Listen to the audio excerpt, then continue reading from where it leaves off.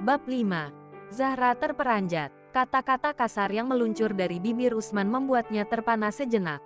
Romlah yang awalnya panik, kini mencoba mengontrol ekspresi wajahnya.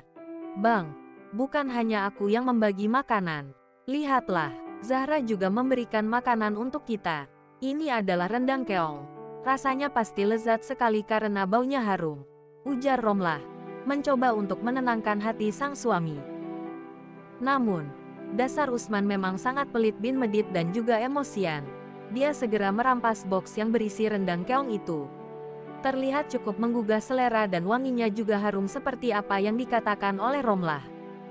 Namun, semua itu tidak bisa mendinginkan hati Usman yang sudah panas.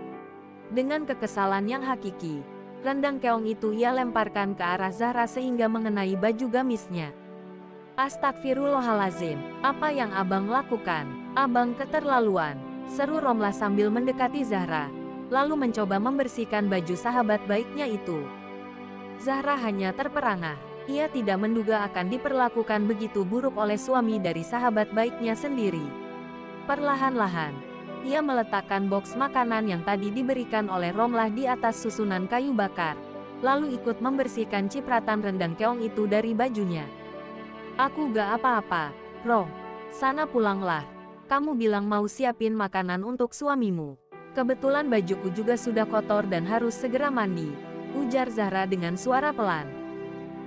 Hampir saja Romlah menangis mendengar ucapan Zahra. Tapi sebelum keadaan semakin memburuk, ia pun akhirnya menurut saja pada keinginan sahabatnya itu. Ia berjalan menuju ke rumahnya, diikuti oleh Usman yang seolah tidak punya rasa bersalah. Makanya lain kali jangan suka bagi-bagi makanan sama teman miskinmu itu. Bikin kita rugi saja. Cepat siapin makanan. Aku kelaparan karena seharian ngerjain meja di mebel. Kamu malah foya-foya di sini. Omel Usman. Romlah yang biasanya bersabar, kini tampak menatap tajam ke arah sang suami. Namun, ia tidak berkata apa-apa dan mulai menuju ke arah dapur untuk mempersiapkan makanan. Padahal, pekerjaan Usman hanya mempersiapkan satu meja, tapi dia sudah berisik seperti itu. Asteris.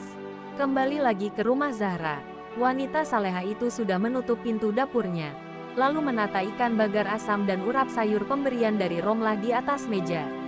Walaupun dia dihina dan direndahkan oleh Usman, ketulusan sahabatnya untuk berbagi makanan tidak bisa terusik oleh sikap arogan sang suami.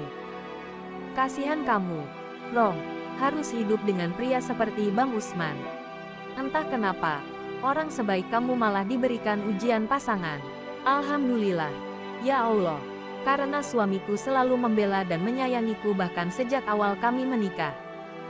Mendadak Zahra teringat tentang perjalanan cintanya dengan sang suami. Flashback on. Kamu yakin mau menikahi wanita ini? Tanya Ibu Lilis, ibu kandung Rahman. Bukankah sudah aku katakan ke ibu bahwa aku sangat mencintai Zahra? Setuju atau gak setuju, aku tetap akan menikah dengannya, Bu. Tolong jangan mempersulit urusan anakmu.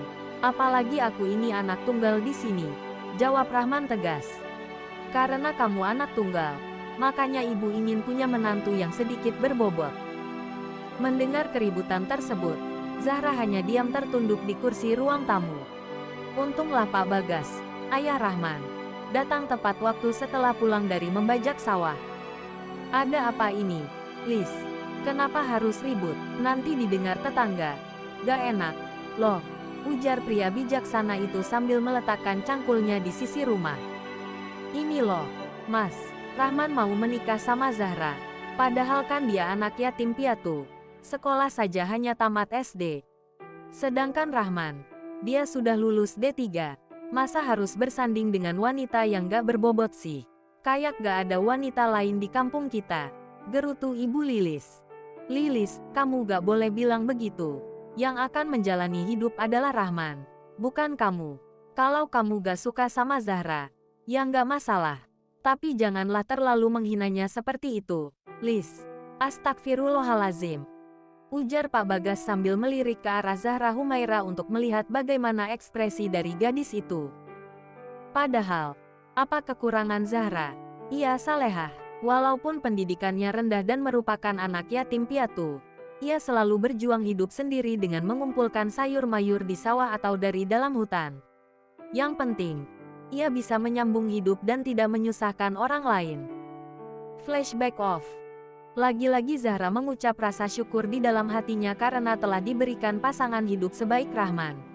Tampan, berhati luas, bersikap bijaksana, dan tidak pernah mengeluh pada keadaan. Yang lebih penting lagi, ia menerima Zahra apa adanya. Bahkan rela menentang ibunya hanya demi mendapatkan dan memperjuangkan cintanya. Sambil merenung, memikirkan kenangan indah di antara mereka, Zahra menatap foto pernikahan yang sudah usang di atas meja. Foto pernikahan itu tampak ala kadarnya. Zahra hanya menggunakan kebaya putih dan Rahman memakai kemeja sederhana. Padahal, orang tua Rahman terbilang cukup kaya. Hanya saja Ibu Lilis tidak ingin mengeluarkan banyak biaya hanya untuk menikahkan Rahman dengan wanita yang tidak ia sukai. "Bang, rasanya aku gak sabar menunggu abang pulang. Semoga abang datang membawa kabar baik. Tapi kalaupun kabar buruk yang abang bawa, aku gak akan pergi kemanapun. Aku bersedia mendampingi dan mencari solusi dari masalah kita. Asalkan abang tetap setia dan gak mengkhianati cinta kita," gumam Zahra sambil mengelus foto usang yang berbingkai kaca itu dengan lembut. Bersambung.